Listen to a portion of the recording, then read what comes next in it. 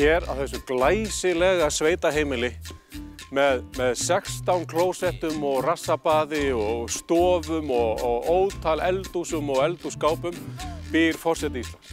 Það ekki skrítið að fólk vilji flytja hingað inn. En ég held reyndar að þá hafi fólk kannski ekki hugsað út í hvað lóðin hérna rosalega stór. Og hugsið ykkur tímann sem fer í það að slá allt þetta gras. Slá grasið dag eftir dag eftir dag. Svo hringir eitthvað fyrirmenni. Bill Clinton í símanum. Segðu honum að bíða, ég að slá garðinn hérna. Hvað þetta?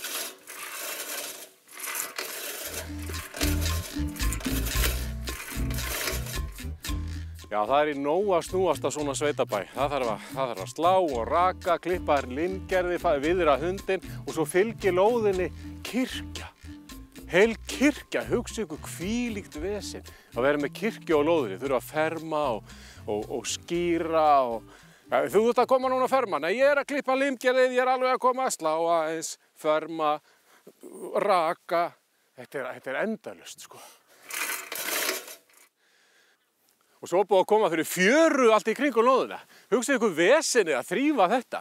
Klósettpappír frá Kópavogsbæ, flöskuskeyti frá Sjálfstæðisfélaginu í Garðabæ, hárkollu frá okkur kommunistum í Hafnarfirði og þari. Það allt út í þara hérna. Hvaðan kemur þetta? Úr heilsuhúsinu.